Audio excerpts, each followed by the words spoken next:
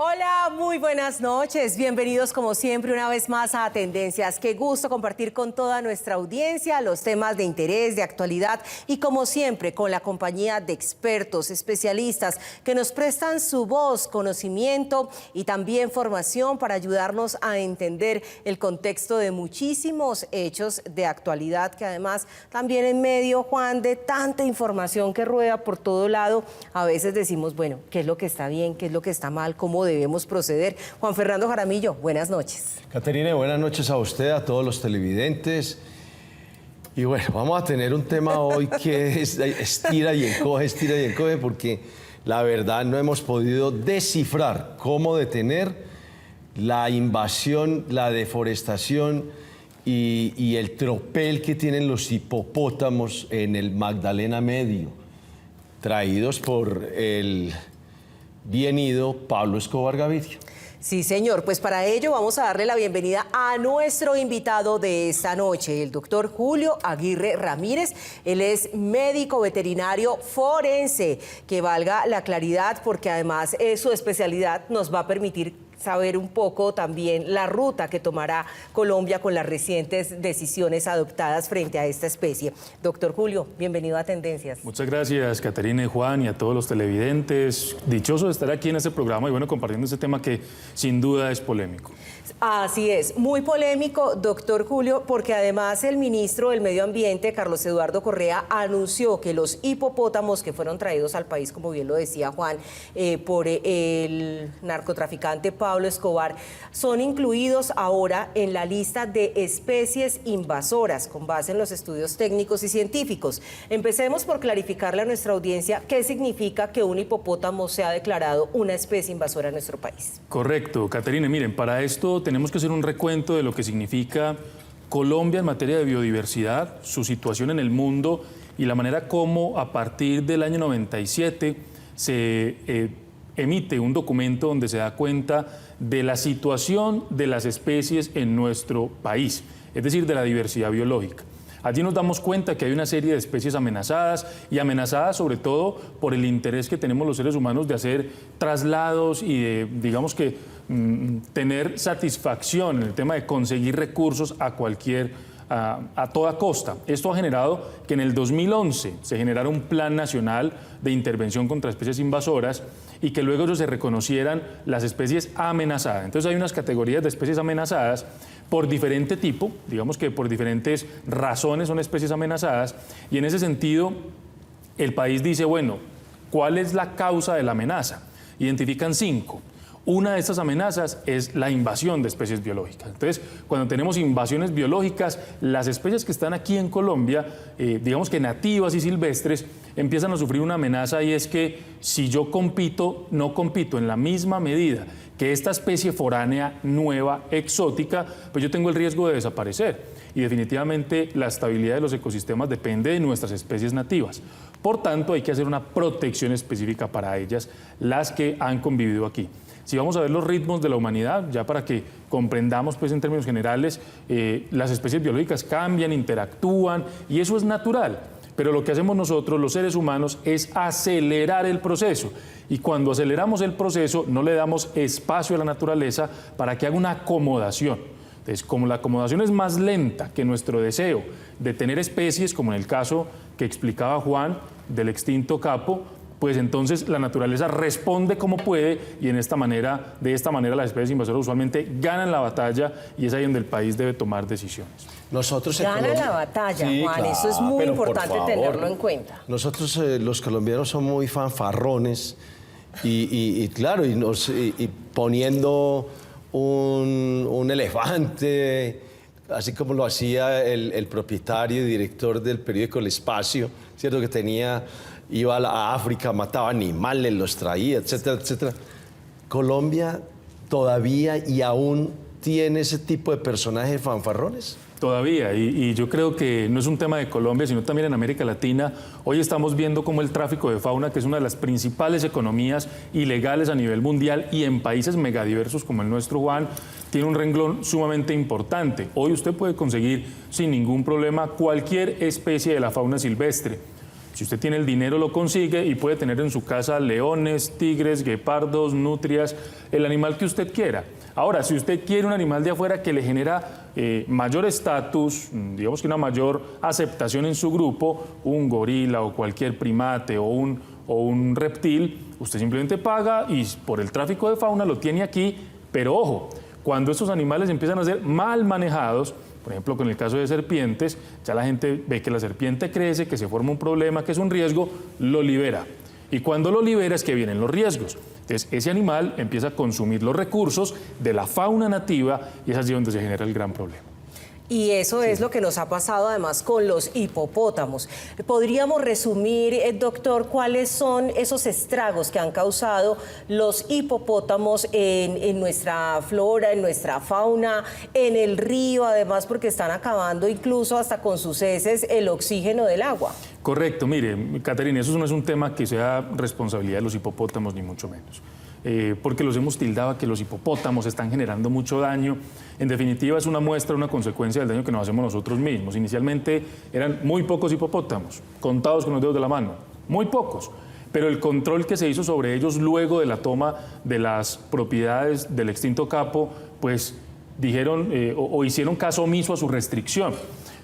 Por allá, por los años 2014, incluso estaban pensando en exportar más o menos 10 hipopótamos a Centroamérica. Digo, exportar es sacarlos, trasladarlos para llevarlos a una colección viva donde pudieran ser restringidos y manejados, pero eran tantas las exigencias de salida y de ingreso, naturalmente, que no se pudo realizar. Digo naturalmente es porque llevarse un hipopótamo a otro lado sería un riesgo epidemiológico para esa zona que recibe el animal, porque no sabemos cuáles enfermedades de aquí no existen en ese país y puede afectar a toda la diversidad. Entonces, en ese caso, los hitos importantes fueron la falta de control de esos hipopótamos iniciales.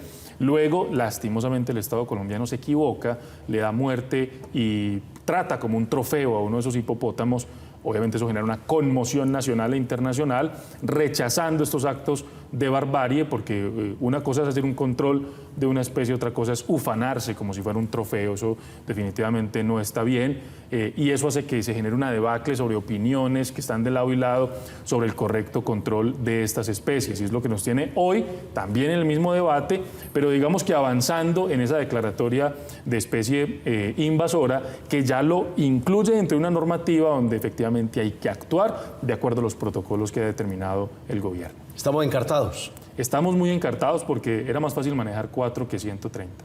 130, que es el cálculo, ¿no? Porque, es subestimado. Exacto, porque además como no los tenemos en un área protegida, ¿por qué no podemos hacer un cerramiento de una zona y dejarlos ahí? Claro, por supuesto. De hecho, hace unos años, unos expertos sudafricanos, que son donde tienen originariamente la especie, le dijeron al país, bueno, les damos unas recomendaciones. Primero, que los individuos que nazcan, los neonatos, deben ser sacrificados para no aumentar el número. Yo sé que eso ahí es, digamos, que el punto central de la discusión, pero lo estamos haciendo con otras especies. Con el pez león lo estamos haciendo en la costa, utilizándolo en platos, por ejemplo, pero teniendo que matarlo. Los caracoles africanos igualmente lo estamos haciendo. Aquí estamos hablando de una especie carismática, que obviamente es más carismático un hipopótamo que un caracol, pero digamos que el tratamiento podría ser eventualmente similar. Y la cosa en esta situación es que recomiendan que los neonatos sean sacrificados, que los animales sean restringidos en una zona, pero pues restringir varias toneladas es un tema sumamente complejo. No, pues solamente parar uno, sumamente complejo. Eso no es un corral. Eso es meternosle al de gallinas ni un corral de vacas. Efectivamente son corrales que deben ser muy bien fundamentados, porque un hipopótamo puede con cualquier elemento, puede tumbar árboles sin ningún problema. Y lo otro es que se recomendaba el sacrificio para los animales que estuvieran por fuera de esa zona de cerramiento, de tal manera que pudiéramos controlar una población y darle, obviamente, bienestar y tratamiento a los mismos, pero los que estén por fuera, controlarlos, porque son esos los que están generando eutrofización de los ecosistemas. Y es que cuando se tiene un laguito con 1 o 2 cocodrilos nativos, no pasa nada, pero si usted el laguito lo tiene con 30 hipopótamos, la cantidad de materia orgánica que ellos sueltan hace que el intercambio y la limpieza de los ecosistemas no sea tan rápida, se eutrofice, es decir, que empiece con una mayor nutrición, y la mayor nutrición hace que se caiga el oxígeno y ahí se daña todo ese ecosistema. Y eso es lo que está pasando con los hipopótamos, que son toneladas de desechos orgánicos las que están produciendo también a su paso y que le está costando obviamente una competencia muy desigual a las especies nuestras. Y además que hay que decir, ni siquiera pensar en eso. Yo le voy a proponer ahorita que volvamos de comerciales en compañía de Juan, si está de acuerdo, como algunas soluciones, digamos, que se han planteado, por qué no son posibles y cuál es realmente el camino que nos queda. Ya regresamos.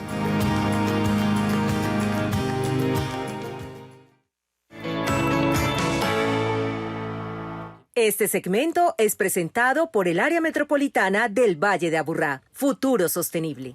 Gracias por continuar con nosotros esta noche a través de Tendencias en nuestro canal Televid, en compañía del doctor Julio Aguirre Ramírez, médico veterinario forense con quien estamos analizando la decisión que tomó el gobierno nacional de declarar a los hipopótamos que se han venido reproduciendo en nuestro territorio como especie invasora. Y Juan, pues revisando, ¿qué podemos hacer con ellos? ¿Qué podemos hacer? Y esta va a ser una de las preguntas fuertes para el doctor Aguirre, porque el mundo ha cambiado más hacia la protección animal y tal. Pero esta pregunta que no quiero pues tampoco, y quiero decirle a los televidentes que no es una pregunta para molestar, sino para poner en contexto, no quiero ofender a nadie. Si fuera el siglo pasado, Colombia hubiera tomado la determinación de matar hipopótamos y seguramente no tendría problema. Pero este es un siglo donde el ambientalismo, el animalismo y tal, pone a Colombia como en malas condiciones para definir una cosa, que eso sería una masacre tremenda, pero el siglo pasado hubiese sido... Sí, aquí la toma de conciencia, Juan, de los ciudadanos de un país como Colombia ha cambiado vertiginosamente en los últimos 30 años. Recordemos que en 1989 Colombia emitió el Estatuto Nacional de Protección Animal. Es una norma que hasta hoy se guarda y a través de la cual se han realizado otras normas subsecuentes, como la del 2016, donde se penaliza el maltrato. La gente que mate animales va para la cárcel. Los animales cordados vertebrados. Entonces empieza esa dualidad. Dicen, bueno, ¿cómo van a determinar que un hipopótamo pueda ser sacrificado cuando hay una norma que protege ante el dolor y el sufrimiento? Entonces empieza a haber esa encrucijada, esos dilemas éticos y morales alrededor de la salvaguarda de la vida del hipopótamo, pero no estamos revisando la vida de las especies nativas, claro, porque no se ven, porque no están ahí, simplemente se ve la imagen del hipopótamo. Y entonces debemos tomar una decisión. Juan, efectivamente, en tiempos pasados, digamos que esa percepción de la protección del otro, de la vida del otro, era diferente. Yo no digo mejor o peor, era diferente, y eventualmente se pudieron tomar muchas decisiones en este tema. Hoy, con la vigilancia que hay, sobre todo en Colombia es ejemplo internacional en normas de protección animal, tanto así que somos observados por tener políticas públicas que defienden los animales y las comunidades. Entonces le queda un poco más complejo, claro, al país involucrarse en una decisión que también tiene un coste político muy alto. Sí, sin duda. Claro, esto usted mencionaba que en esos dilemas en los que nos encontramos, tratamos a todas las especies con la misma empatía como si fueran nuestros animales de compañía. Es decir, estamos trasladando los sentimientos que tengo por el perro de mi casa, por el gato, a un hipopótamo que tiene unas características totalmente diferentes. Y eso sería bueno ayudárselo a deslucidar a nuestros televidentes para que podamos quitarnos algunas, ¿qué decimos? Como prejuicios. Sí, como prejuicios, como también paradigmas que vamos, sí, creando alrededor de la protección de los animales, y nos sentimos como en contravía de la naturaleza si decimos que hay que exterminar a esa especie invasora. Por supuesto, el comportamiento humano tiene una cosa muy simpática en el cerebro, y es que lo que no conocemos tratamos de unificarlo con la experiencia que tengamos en otros escenarios. Es decir, que quienes han visto un hipopótamo de cerca, muy poquitos, quienes han tratado con ellos, muy poquitos, pero lo más parecido a un hipopótamo es de pronto un marranito, de pronto mi perrito bulldog, que es así gordito, al que amo profundamente, que parece un hipopótamo pequeño. Entonces, por principio de analogía decimos, hombre, qué pesar. Qué pesar, es que ese animal es muy tranquilo, ese animal, y no nos damos cuenta que tranquilo sí puede ser si no se le molesta, pero es una especie que tiene un riesgo sumamente alto. y sobre todo para lo que estamos hablando, que es la permanencia de las especies nativas. Entonces, ese principio de analogía es el que hoy nos tiene pensando, digamos que de una manera no muy puntual en el tema, porque pensamos que son mascotas. Los hipopótamos, si bien son empáticos, carismáticos, son igual que cualquier otra especie invasora y generan los mismos o más riesgos. Entonces, ¿por qué no hemos tenido esta decisión? Nuevamente, insisto, con el caracol africano. Porque digamos que... No es tan bonito. Sí, no es tan bonito. No tiene es un tan rostro. carismático, ¿no? No se le ven los ojitos No tiene un rostro, grandes. pues, que sea como así, pero igual es una vida, Claro. vida, y bajo la declaratoria de Cambridge en el 2012, es un grupo de científicos, de más de 150 científicos, determinó que los animales, incluso los cefalópodos y los moluscos, tienen sensibilidades muy superiores e iguales a los seres humanos, es decir, que sienten, les da miedo, sufren y tienen dolor. Pero dígale eso a cualquier persona que diga, ve, esta jaiba, este cangrejo está sufriendo, de pronto no tenemos esa analogía tan fácil de hacer. Sí. Porque pues si tu perro se parece a un cangrejo, pues sería un perro un poquito Raro. muy raro. Pero O no querríamos tenemos más al cangrejo. No pero- tendríamos como esa analogía, no es tan fácil hacerlo, pero con el hipopótamo sí. Además que las series de televisión y toda la producción televisiva nos han encargado también de mostrar a animales que son de la fauna silvestre como si fueran muy cercanos. Ustedes pueden ver las producciones de Disney y van a ver hipopótamos que tienen faldas, que bailan y que son muy bonitos. Entonces, eso hace culturalmente un poco más complejo el asunto de tomar decisiones que definitivamente se tienen que tomar. No necesariamente tiene que ser la muerte de todos los animales, pero tienen que tomarse decisiones. ¿Por qué la esterilización? Dirán algunos defensores, no, pero vámonos por una vía del medio, pues no acabemos con todos y tampoco los dejemos seguir reproduciéndose, esterilicémoslos. Por supuesto, la esterilización o el control natal, o químico o quirúrgico, es una excelente estrategia de control poblacional. Es que ya estamos hablando de muchos animales, pero es una excelente estrategia. Si hubiera sucedido con los iniciales individuos, con 4 individuos, no tendríamos hoy el problema porque hubieran seguido hasta la muerte, hasta toda su senescencia, fallecen sin generaciones. Eso está perfecto, no se hizo. Entonces, hubiera sido una decisión muy fácil entonces. Hoy tenemos unos costos asociados a la cirugía de esterilización, cirugía o pacto quirúrgico muy elevado. No hay institución que tenga un presupuesto para cubrir toda esa, y no solamente la esterilización, sino los costos asociados a su captura, retención, liberación, observación, tratamiento, son enormes y hoy no hay un presupuesto destinado para eso. Ahora, si dicen, vamos a tener un presupuesto de la nación para eso, pues genial, la esterilización sirve, pero también hay unos riesgos de esterilización. Si usted coge un animal silvestre, lo confina, lo estresa, él solo se puede morir. O, digamos que por mecanismos fisiológicos internos, o puede en el desespero lastimar o incluso herir de muerte a alguno de los compañeros del equipo. Entonces no es tampoco el hecho de que lo voy a esterilizar, sino que es un riesgo sumamente alto. Y la esterilización química hoy ha mostrado que, por ejemplo, con el Gonacon son eventos, digamos que muy de prueba, muy de testeo, porque tampoco se ha dicho que tenga una eficacia del 100% en el control de la natalidad de esos animales. O sea que todavía no hay remedio, digamos, así tuviéramos la plata, que no la tenemos, primera claridad, para resolver necesidades de los humanos, menos para esterilizar hipopótamos, tampoco nos garantiza que así lo tuviéramos fuera a ser efectivo. Me parece que es algo que vale la pena reseñar, Juan. No, iba a preguntarle al doctor Aguirre lo siguiente. Nosotros en Colombia tenemos una doble moral casi para todo. Entonces, lo que usted estaba diciendo es que estoy enganchándome a la idea que usted planteaba ahorita, que el perro se parece a ese hipopótamo, que Disney, y va enganchando todo. ¿Cómo funciona? Pero no solamente los colombianos, Juan, digamos que es el cerebro en general. Nosotros somos. No, y tendemos a humanizarlo. Hombre, por Dios. Bueno, como tenemos una doble moral para definir cosas, entonces... ya usted lo supo, la Corte Constitucional dice que se puede abortar a las 24, pero no hay que maltratar al perro porque eso va para la cárcel, pero a ese que va en camino de nacer puede tener derecho de abortar. En fin, eso es todo un cuento. Quiero preguntarle lo siguiente. Si nosotros tuviéramos claridad como Estado, con un Estado serio, ¿esta situación ya se hubiera resuelto? Sí, definitivamente sí, Juan, porque este Estado se ha caracterizado por algo y es pensar que las soluciones vienen en forma de leyes. Y definitivamente no es así. El Estado sabemos que no llega a todos los rincones de Colombia. Hay comunidades hoy que no tienen presencia estatal y aún así se autorregulan.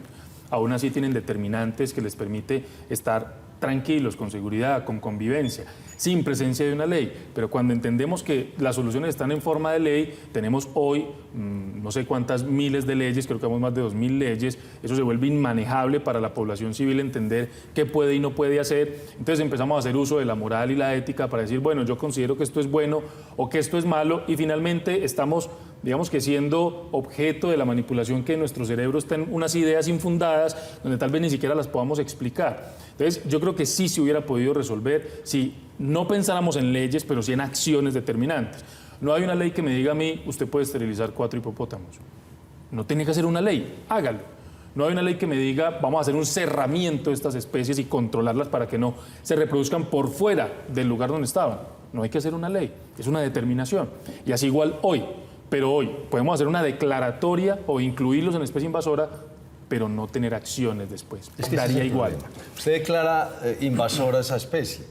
¿Y qué? Y entonces, la declaración, ¿qué? A ver, ¿dónde está la acción? Sí, que sirve la Ese es declaración. nuestro Estado. Es que por eso era tan importante aclarar eso con el doctor Aguirre, porque nosotros tenemos una dificultad en el entender del Estado. Y es que los que manejan al Estado no saben de Estado. Bueno, entonces tenemos que la esterilización no es posible por los recursos, que la casa pues ni pensarlo, porque sería obviamente una práctica cruel y además que generaría repudio social. El envío a África, tampoco hay en qué empacarlos. La gente que de pronto ha dicho, bueno, pues entonces por lo menos para comida. Claro, decían sucedido con otras especies invasoras, que le están dando muerte para utilizarlos en platos. En nuestra gastronomía. Pongo un ejemplo, doctor. Y eso, el pez. El pez. Bueno, el están utilizando para la gastronomía, sí. lo están utilizando. Sí. Muy bien. De hecho, hemos escuchado que incluso si se hace una preparación, a ver, estamos hablando del hipopótamo, pero que puede incluso ser objeto de algunos platos. No quiero que eso sea visto como la primera opción, pero digamos que hay opciones que deben ser múltiples, no hay una sola. Es decir, yo puedo tener animales, unos cuantos, los más jóvenes y más en edad reproductiva, confinados, esterilizados. Muy bien, son pocos. A los jóvenes o a los neonatos hay que sacrificarlos para que no sigan. Muy bien. A los que están por fuera de los límites de tal zona geográfica hay que o devolverlos o eutanasiarlos.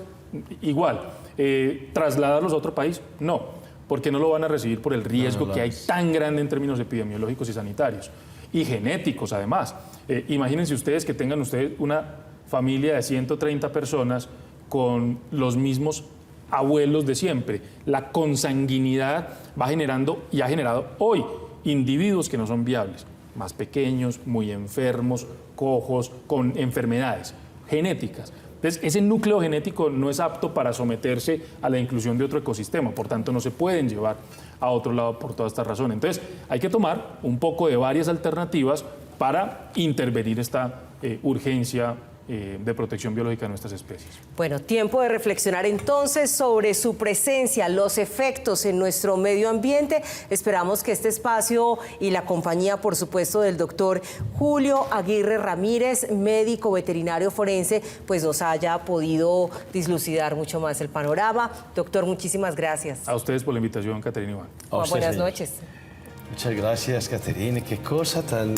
Tan pesada. No, tan pesada, tan pesada. Muy bien. Yo ya hubiera resuelto, te digo. No, pues ni me lo diga. Feliz noche para todos. Nos vemos en un próximo Tendencias y gracias por estar con nosotros.